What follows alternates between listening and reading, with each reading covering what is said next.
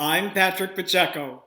Coming up on Theater All the Moving Parts, a conversation with Washington Post theater critic Peter Marks, discussing the 2019-2020 season and the role that Broadway can play in the time of national crisis.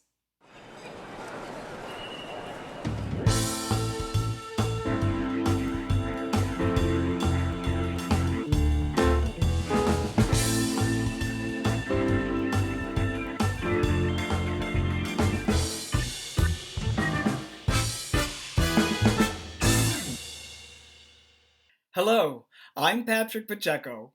Welcome to this video conference episode of Theater All the Moving Parts streamed from my home. Today's guest is Washington Post theater critic Peter Marks, here to discuss the 2019-2020 season and the role that Broadway can play in a time of national crisis. Welcome, Peter, to Theater All the Moving Parts. Thanks, How are you getting on? Are you experiencing withdrawal pangs from not going to the theater? You know, Patrick, I am on overdrive. For some reason, I have become a reporting machine in this period when there's no Broadway and no off-Broadway and no regional theater. So I've been actually producing a string of stories about the moment we're in and the moment we're not in, which is exactly as you say, painful and weird. As you said, the moment that we are in, and if we look to the last season for a teaching moment in these trying times, we have to look no further than slave play, which you described as a improvised explosive device. How did Jeremy O. Harris capture the moment? Well, you know, it's really fascinating that Jeremy found a vehicle to agitate an audience in 2019 and I guess by extension 20 with a story that really attempted to say that white people really don't listen. They don't hear what Black people are saying.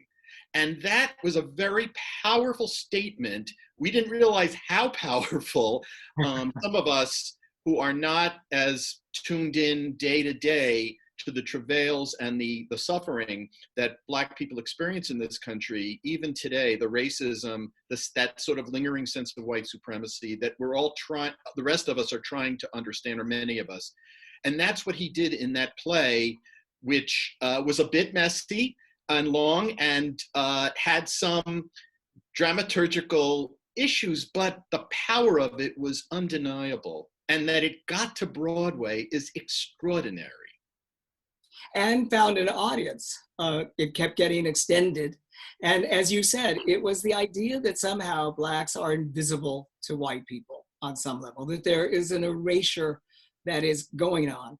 And he explosively, as you put it, handled it of interracial couples in quite explicit sexual situations.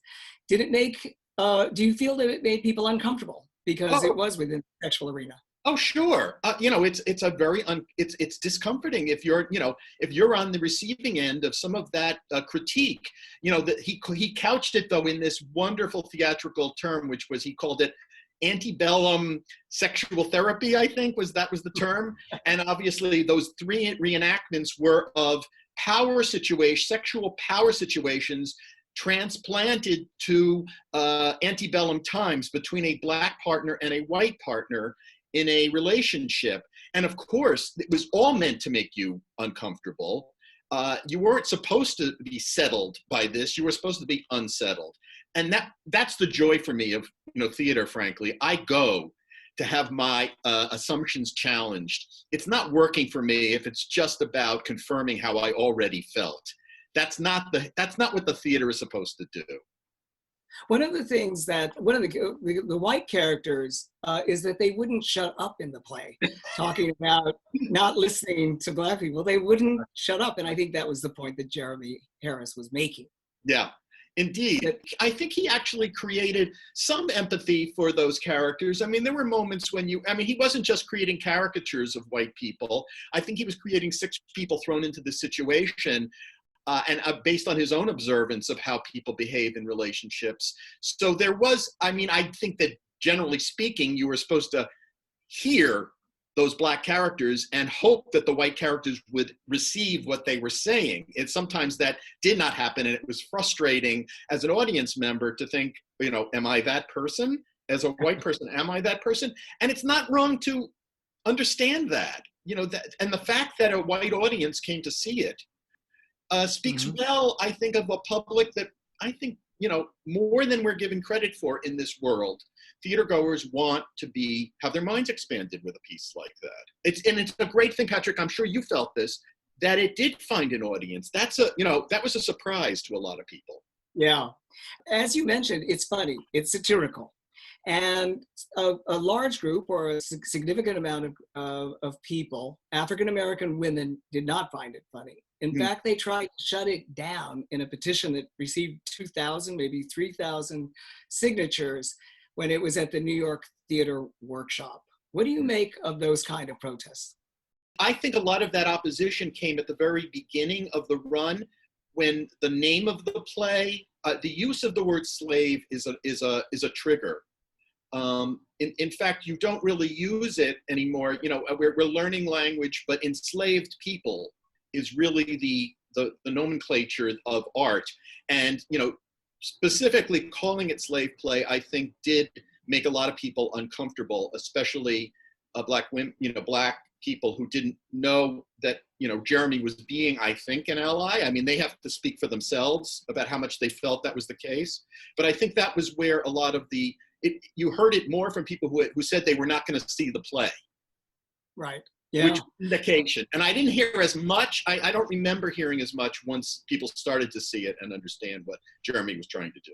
One of the interesting things that Jeremy was trying to do was about self-negation of African Americans, the erasure of African Americans. And that was potently expressed in a revival of Charles Fuller's 1981 play, A Soldier's Play, which of course features this self-hating sergeant, and it leads to a violent, explosion as well in the play. I thought it was a really powerful piece. In juxtaposition to slave play, it felt as if you were getting sort of a history of racism on the stage and how it's been portrayed by Black artists. So it felt a little bit nostalgic, if that's the right word, not in a good way, but certainly reminiscent of the way we were starting to learn the language of racism on a stage and how, it was portrayed. So I thought that Blair Underwood in the revival at Roundabout was really good. I thought he was a great anchor for the piece. But having been exposed to slave play, I felt it was a little retrograde. It didn't quite have the same power. And maybe that was because it was on it was a very big stage. I wonder if I had seen it in smaller confines. That was a piece that I thought might benefit from something a little bit more compactly presented. I think it was did Kenny Leon direct it on Broadway? Indeed, yes. And he's a really good director. And I thought that many aspects of it were kind of wonderfully directed. It felt like I wanted even something more incendiary to sort of light me up. Theater artists in this moment who are holding Broadway accountable want us to produce their stories, to present their stories. Can a musical like Tina, which was also part of this season, tell us something about the Black experience? I think any story that tells that features the life of an African American, a Black woman or man in the entertainment industry certainly has an ability to enlighten us. I think that Adrienne Warren, more importantly, displayed the kind of electric performance that opened up for you another dimension to how great the talent pool is in this country. White, Black, forget whatever it transcends. That's a performance that transcends color, it transcends gender. It's just that dynamic, and it's in the great tradition of entertaining us. So I was familiar with the story of Tina from multiple other versions, including a movie. So I had a real good feeling for it. I don't know how it came across to you. The story itself felt a little in the kind of template of those rise and fall and rise again celebrity tales that we're sort of attaching songbooks to. So it didn't rise to that level for me, except that it sort of introduced us to, I'm sure we're going to see Adrienne Warren in another killer role on Broadway. And it seems to me it's always good to be reminded of a story like Anna Mae Bullock, Tina Turner, and what she had to overcome through the decade to achieve what she achieved. I think there's always something salutary about that.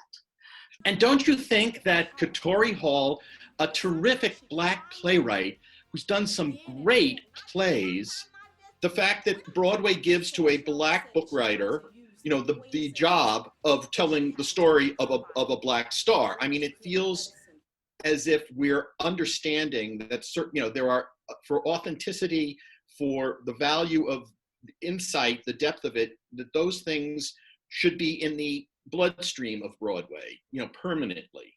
Another controversial production of the last season was West Side Story, which of course, in Eva von Hove's radical reinterpretation, had Jets normally played by white actors, very mixed, including African-American actors as well. I think that you found it thrilling and exhilarating. Was that from the casting? Was that from the directorial vision of it? Yeah, I bought it. You know, as you know, Patrick, some people did not. It was there was dissent by many people, but there were many advocates for the production. I liked the freshness of it. I loved the idea that Ivo von Hove, the director, brought to it of making it two just gangs. I mean, it wasn't really the ethnic aspect. Yes, one was a lot more Latinx, but they were both gangs with people of color in them.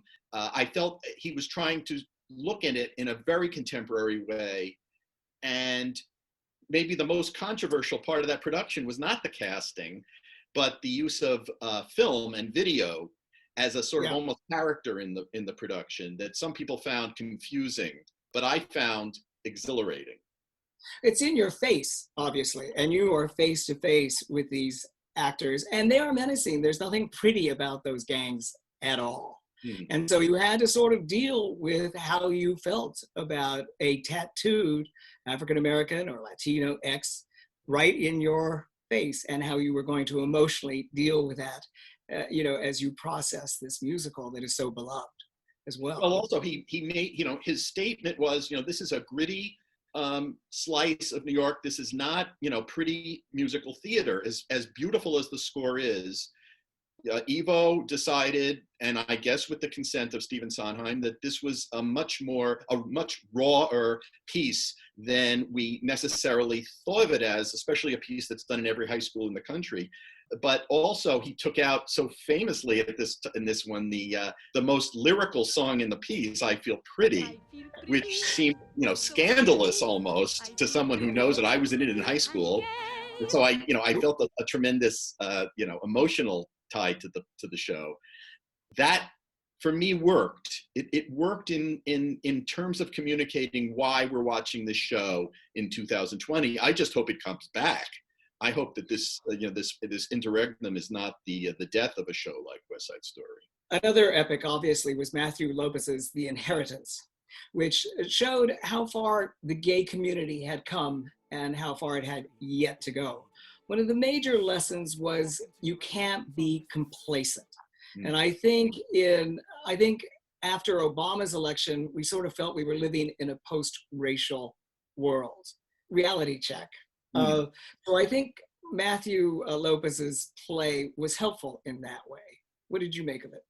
Yeah, I think that it had some interesting things to say. I think that what you just described, extended over 6.5 hours, was a little bit too much of of those values being sort of like presented to us and restated over and over and over again. I think it might have been a much more potent piece in one part. I think the two parts on many levels. I think as a producing decision, I think it was a mistake. And I think that dramaturgically, it didn't have the kind of epic feel that that validated all those hours. And I think that it just sort of it hurt itself over time by just overstaying. But I think that, as you say, I mean, there's an obvious through story here that you're so beautifully laying out, Patrick, which is these issues of conscience can be presented to a Broadway audience in a way that is entertaining and important without feeling like a sermon, without feeling as if they're just preaching to the converted. And I think those are great leaps forward for Broadway. I found it terribly moving. I of course, was of the older generation that was represented. Oh, not really. Oh yeah, oh yeah. But I also found a fascinating line from Eric Glass, the lead character, when he said, "If you can't look at the past, how are you going to go into the future? How are you going to be armed to go into the future?" We had Bob Dylan musical, "Girl from the North Country," and also David Byrne. What can David Byrne and Bob Dylan tell us about this American moment, especially the Girl from the North Country, which of course dealt with bankruptcy. It dealt with, people that, were sort of shunted off to the sidelines and marginalized. Yeah. I loved Girl from the North Country, and I've seen it now 3 times. And I think that part of the power is this, it was setting it in the heartland. It's set in Minnesota, of all places. Yeah. Dylan, Minneapolis. But to bring the stories of all those disparate people together in a boarding house, all suffering in one way or another. And we saw it before there was 20% unemployment in this country, the highest numbers since the Depression. So I wonder if even now, it would be received in a totally different way than it was even 3-4 months ago, that piece. And with American Utopia, what I loved about that piece was that Byrne, first of all, that his marvelous music, in the same way or in a different way than Springsteen on Broadway, sort of, brought his story to the audience. Byrne really made it a story about our attempts, at wokeness, but not in a cynical way, not in a way that made you feel like he was knee-jerk. It was really about this one world idea that he brought to the stage with this fabulous staging that felt like a concert partly, but really it felt like it was right for Broadway. One of the things that I found about both of the productions, Peter, was hopeful. They were hopeful. They were optimistic, actually. I mean, even the sort of downer that was Girl from the North Country, I think the hopeful note was the ode to community, to fellowship. Yeah. And somehow we can get through these trying times as we are now if we just connect, to use the Ian Forster line in The Inheritance. Or that, even that, pain is a part of life. Pain and enduring are part of the human experience, and it's just has to be accepted and gotten through. You have to be able to, and as you say, with community to some degree, whatever that is, a makeshift community or a real community. Those things are just part of who we are, and it's reassuring. It's just to be in the presence of that sometimes, as you're indicating, Patrick. Sometimes that alone, that statement gives us kind of optimism. Nobody sort of creates a community when it's good better than Broadway, right? Yeah. People in a theater having this ecstatic and joyful experience. And I suppose that brings us kind of around to the thing that theater can manufacture is joy. I think Stephen Sondheim, of all people, once said that it is uniquely able to manufacture joy for 2,000 people.